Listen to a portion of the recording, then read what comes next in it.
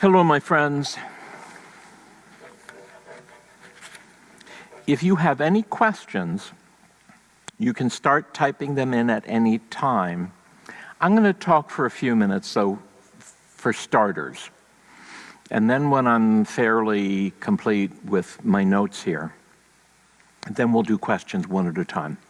And I just had a donut, and I can tell that there's some sugar there. Excuse me? Okay. So friends, hello. I hope you're all good and very good. We sent out a survey to our entire mailing list. Our entire mailing list is over 1,500 people. There are about 250 people that are active in the church, however, at this point. Of those 250, we average around 175 people that open up the mailings that come to you on Tuesday and Friday, which is a fairly high percentage.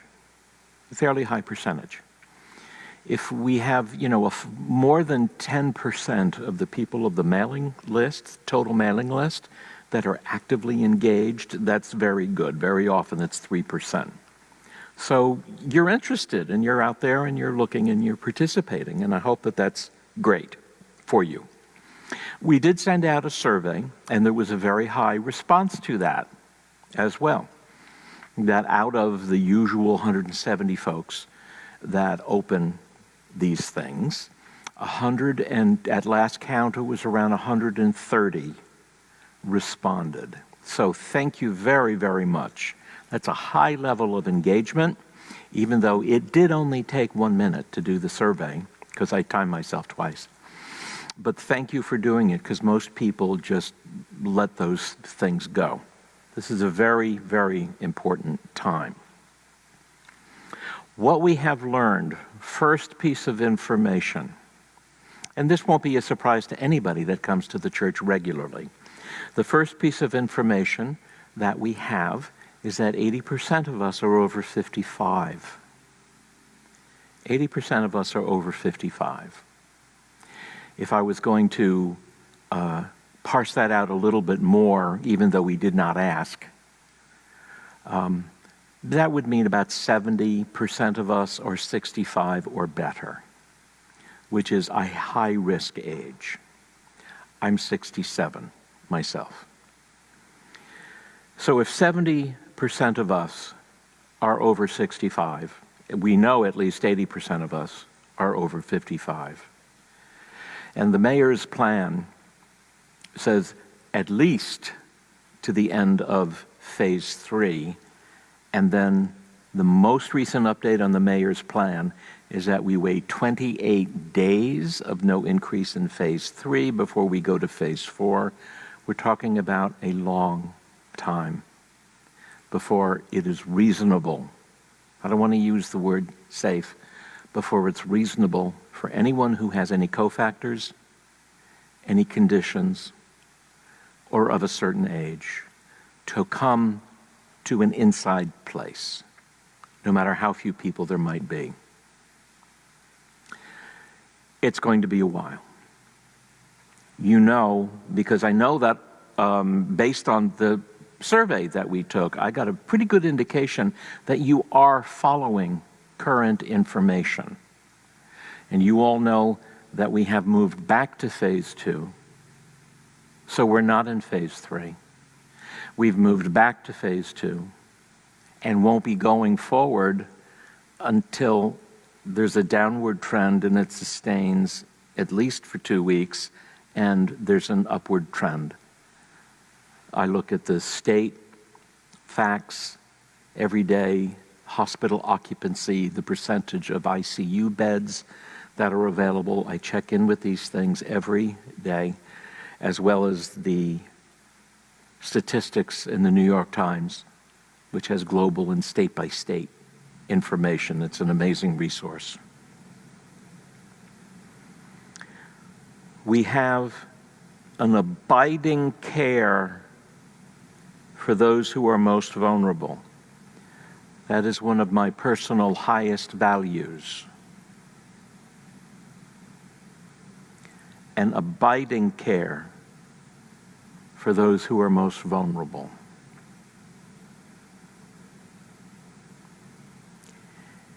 If there is something that you think we ought to be doing, I would be intrigued to hear from anybody about any idea.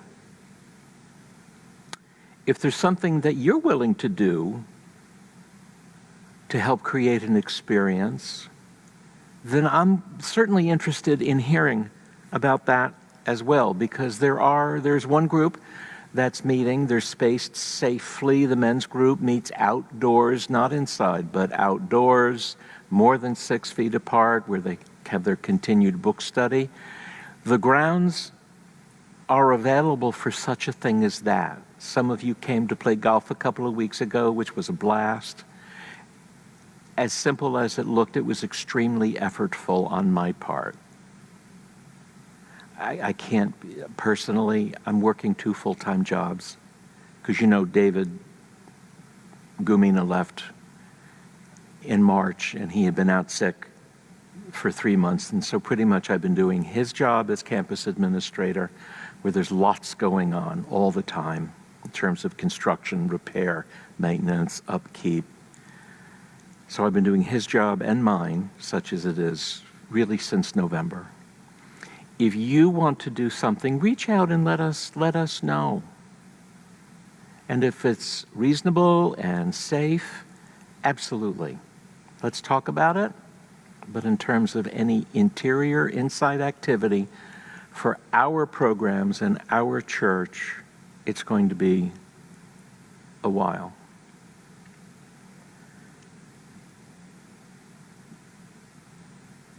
And I don't want to complain, but it hurts me a lot. This is interesting. I know that we're being of service. I feel good about how we can meet some needs, but this is not what I signed on for. And I want to share just a few ideas before I'm complete. And that one of the things that I've really appreciated about this moment is it has me thinking very deeply about church, in quotation marks. What is the experience of church? Some people have said, well, I don't know why we can't come to church. You can go to the grocery store. It's not remotely the same experience. For me, and I use these expressions all the time, that my spirituality is frankly pretty left-brained. I really like principle. I get it. I can work with that. I'm not very high on the woo-woo side of spirituality. But this I understand, that we have a soul, and if you want to use the word psyche, that's what soul means in Greek. The psyche has special needs, which can only be met in what we call church. Church is happening when our guard is down at the level of mind and body. If you want to say heart and soul, you can say that, that's fair. But historically, when we come to church and we receive welcome, it's an open-hearted welcome. And what's so special about our church is that, we don't have rules, and we say it's a get-to, not a have-to religion. The people that have a have-to religion are worshiping, and from what I see and read and experience, it's bleak. For me, it would have nothing to do with Unity of Nashville. And so church is happening when I am completely available and I'm here without any concern and any fear. And to the degree that we have to suit up to protect each other, the most vulnerable, which is required, my heart tells me, you don't have to agree with me. My heart tells me that church doesn't happen in that environment.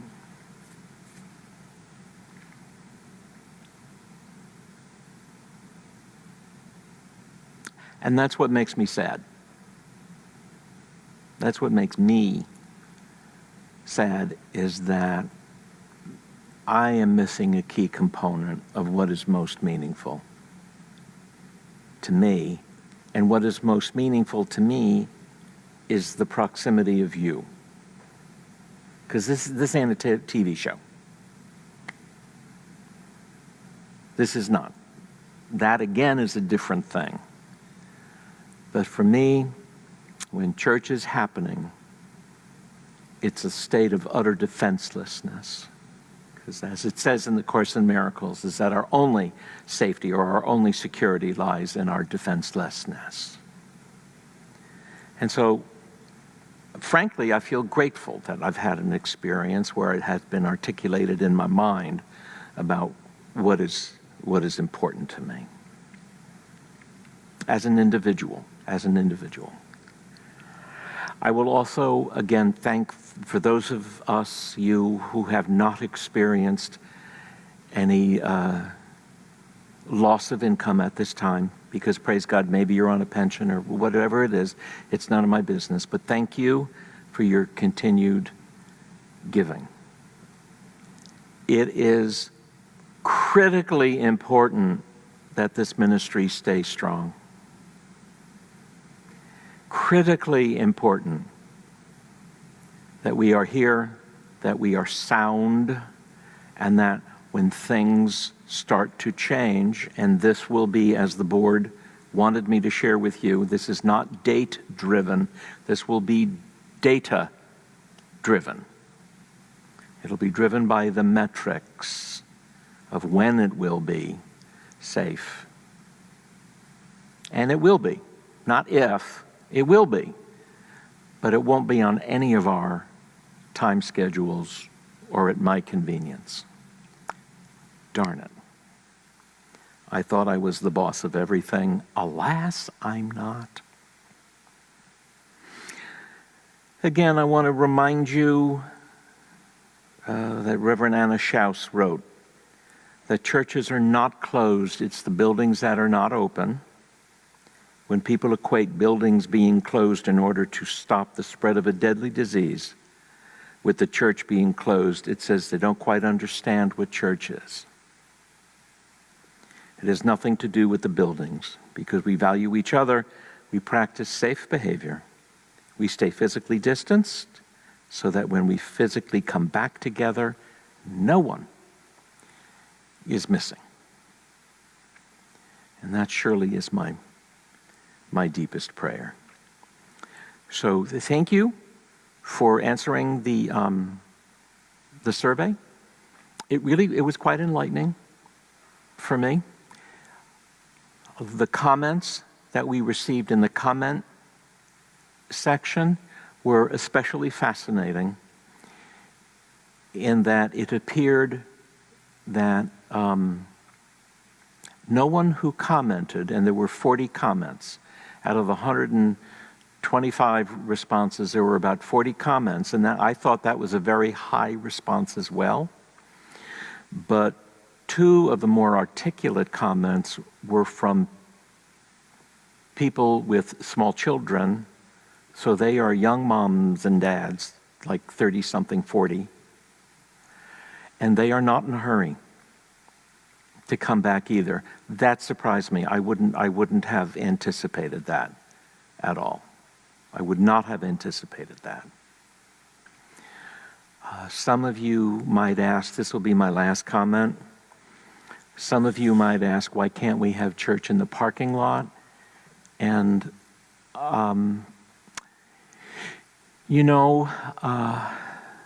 bless your heart, I don't know how to say this really kindly, but I'm not willing to do that. There's nothing at all that's church-like about sitting in cars. For me, it doesn't address the need to be together, and we do not have the gear to do that. We do not have the manpower to do, I was going to say, to pull off a stunt like that. Okay, that's the way I kind of feel about it. It's kind of a stunt. We don't have the gear. I can't make it. No, it's not church. And I don't have much more to say about that. I feel way more comfortable with a level of authenticity and the relationship, even if it's me to our musicians and to our tech crew who is still here with me making this happen. It's meaningful. These relationships are meaningful, and the presence is meaningful that they're willing to do this. But to do something outside, I just can't get at any level of my being, It feels like it's sort of a parade type of energy, and that's not church for me. So I beg you, if you have strong feelings about that, to forgive me, or I will beg you to forgive me if you have strong feelings that we ought to be doing that. But we will continue doing this for as long as it's required, and quite happily so, because we are meeting a need, and that feels great. And we're getting more prayer requests than we've ever gotten, and I am especially thrilled with that. So, fellas, are there any questions there? There is one. Well, first, Randy says he's happy to help organize an outdoor meeting. Okay, Randy, thank you. Randy Cook is willing to help organize an outdoor meeting of some kind. So you and I will talk about that, Randy, during the week. Thank you. And the only question right now is, Lola Potter says, do we need to figure out how to get younger people into the church? Do we need to figure out how to get younger people into the church is a question. Thanks for asking that, Lola. The younger people, the parents of the younger people aren't that interested in coming back. If you mean in the long term, all long-term ideas are not on hold, but are yet to be revealed. I speak to one-on-one at least a dozen ministers every week in different parts of the country, as well as I'm very involved with the Unity organization and home office. And, we're going to learn a lot about what will be expected or what will be useful when we resume in-person gathering. But the recommendations right now are to not have young children in church when we do resume. This is the current recommendation because young children cannot be held responsible for safe distancing, etc. And I understand that. However, we'll see. I think here's what I've been sharing with other ministers. I do believe that when we resume, it will be as if we are pioneering a brand new ministry from the get-go. I am doing everything that I can in my own mind and heart to let go of any use of the word normal, of any use of the phrase the way it used to be, because I don't think that's going to be applicable for quite a while. Especially using the word normal. Nobody has any idea about anything. Even though we do seem to feel that there are jillions of churches in Tennessee that are open, the attendance is not sparse, but it's a fraction of what it was. And even the big hip churches that we would think, because they're, why ever we would think that, like Crosspoint TV, Crosspoint Churches, when it has 5 campuses, they're only meeting digitally. They're not meeting in person.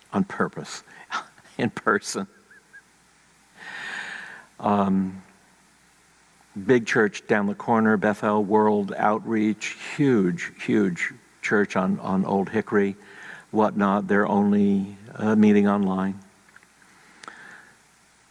So my assumptions are challenged a great deal because for some reason I tend to get the impression that all kinds of churches are open, and they are not.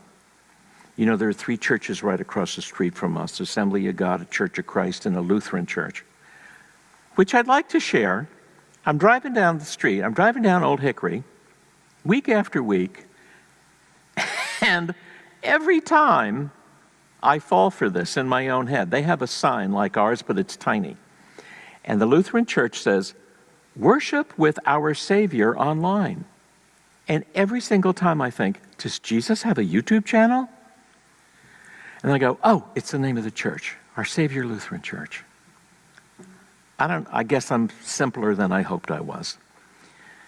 But the 2 larger churches are not meeting. The Assembly of God does meet right across the street. So for younger people, again, I really don't know. I really don't know what the answer is going to be. And this is the first time in my life when I have felt confident enough to say, nobody has a clue. And if they tell you they know what they're doing, they're fibbing. And they're fibbing to keep hope alive, but hope is not what's required to create the new world. Being excited about doing what you want to do and what you care about is what's required. So also in a good Buddhist tradition, I'm going to invite all of us into our practice, and don't be thinking about hope and hope it's going to be normal. It's got to be the new world that we create, which will be multi-generational, for sure. For sure. Is there anything else? Jim Lewis asks, is the physical plant of the church financially sustainable at this time? Thanks for asking the question, Jim Lewis. Is the physical plant sustainable at this time? And the answer is yes. Thank God. We're okay. We don't have an endowment of any kind, which frankly, very few churches do. I know of one Unity church that has a large endowment. It's in Minneapolis. Almost all churches have about 2 months of expenses in reserve. I could tell you that when I was at Unity of Bellevue in Bellevue, Washington, our budget at that point, and this is the year 2006, was a little more than $750,000 a year. And we were 2 payrolls away from having 0 money for all the years that I was there. Just 2 payrolls. That's 1 month. We're okay. We're okay. And I will share with you also, one of the reasons we're okay is that Acton Academy did decide to meet. So our school that is here, after the mayor's requirement for everybody to stay at home was lifted about 2 months into it, they did come back to resume their on-site education, and that was their decision. We are disinfecting the church every day that they're here for our safety, for the safety of us that worship here. We have plenty of legal waivers in place, and we have a revenue stream, praise God, from them. It's been a beautiful addition to this church. And I have to tell you, I don't mind hearing the sound of kids on a playground 3 days a week. There are not that many. It's not like a regular school, because you know it's a tutorial that is here 3 days a week, Tuesday, Wednesday, Thursday. But they are following protocols as dictated by the state, and they are only children under 10 with 3 adults. They're practicing their distancing. They're doing everything they need to do. They're following guidelines and protocols to a T. It's not church, though. And it's not our Sunday school. It's something else. So as long as we're not here, people my age are okay, because I know that we are disinfecting 3 days a week. So we're good. And because of the generosity, because of Acton, because of the ongoing generosity of our congregation, which is remarkable, we're good right now. And but who knows? Who knows? But we're blessed. We're really blessed. I keep a real keen eye on expenses since I've been here, and I feel confident that the physical plant is being very well run. And I personally, because I enjoy the business aspect of ministry, I know what every single thing costs and where the money is going, and we are cash positive right now. And one of the reasons we're cash positive is because we haven't replaced David Gumina, and we're going to have to do that sooner rather than later as well. But for now, we're in a very blessed position. So thank you for asking. Thank you for asking that. Kay Dennis asks, are church services going to be on Zoom also? Hi, Kay. Are they going to be on Zoom? No. It's an extra layer of tech that needs to be tended to, and we're just getting good at Facebook Live, and we hope to be getting a new camera this week, so it will be even better, because we will be doing Facebook Live forever. That won't stop. That will not stop.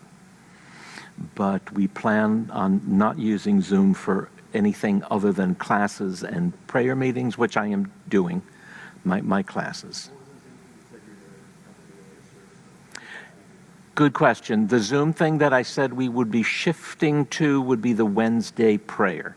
We have been previously meeting on Facebook Live for our Wednesday prayer, because the folks that show up for that really would like to see each other's face, and because it's a very manageable thing that I do from my computer in my office, that I can absolutely do, and that's more like a contained class.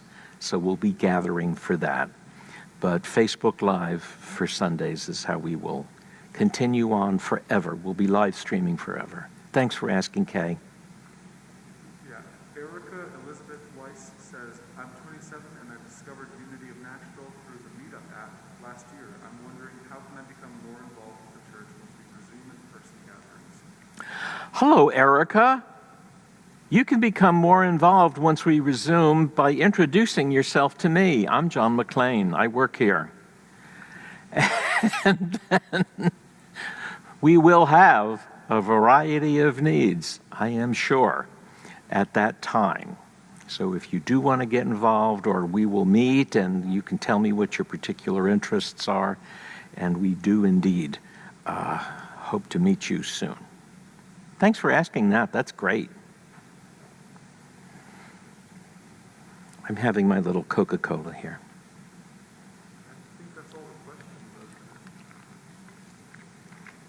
Any questions? No more questions for the good of the order? Golly, I really do appreciate everybody. We do get good, one of the things that comments we got in the survey that was sent out is that how many of you really do appreciate the live feed, and especially now that we have music and we have the singers back. And if anybody is wondering, yes, we do have a license to do this. We've paid for it, so we can be sharing the music. That has been an issue for many, many years, and we're not cheating anybody. And so we're allowed to share copyrighted material with you. And bless his heart, I'll give my cousin Jeff a shout out, because he's in New York and has been listening to the podcast for years, so faithfully. And he is really digging having the music be a part of it. And so it has proven to be something of value, not just enjoyment, but real value as well. It gives people a full sense of what goes on here. Yeah. That's about it. Okay, thank you, friends. I really do appreciate you. You know, you can email me personally anytime. And the email, office, which is totally intuitive, right? What else is totally intuitive? unityofnashville.org. So it's office@unityofnashville.org, or Rev John at unityofnashville.org. And again, thank you for staying and for letting me talk at you for a spell. And the last thing I'll say, again, since we know it's going to be a while, and it's not going to be early September, because the current mayor's plan goes way beyond that, with the metrics as they are right now. I know when I was a child, if somebody had said to me, guess what, you don't have to go to church this summer, just sit home and watch it on TV, I would have said yippee. And I hope that you have a yippee feeling about that too, that you can be home in your pajamas and having breakfast and still get some meaning out of what we do here. So thank you, friends. Thank you, men, Garrett and Reed and Carter. Thank you for what you're doing for us at this time. And we will see you next Sunday morning. God bless you. Bye-bye.